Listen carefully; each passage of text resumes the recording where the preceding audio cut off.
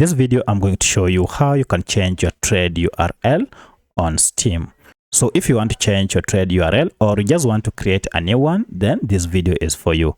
If you find this video helpful, I'll kindly request that you support me by liking the video and also by subscribing to my channel. All right, so the first thing you need to do is to go to your profile here, and you can see it by your name. From here, go ahead and click on profile, and then under this, go over to the right side here and click on inventory. From inventory, you will see this option called trade offers. Go ahead and click on it. Now, once you click on this, go ahead and click on who can send me trade offers. If you click on it and then scroll down, you'll see we have this option here called trade URL. So here you'll be able to see your trade URL.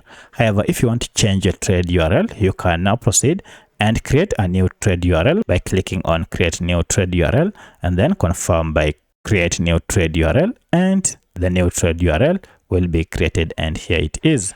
So that's how you can create a new trade URL or change your trade URL on Steam games. If you have any other question, kindly let me know in the comment section. Otherwise, thanks for watching and let's meet in the next video.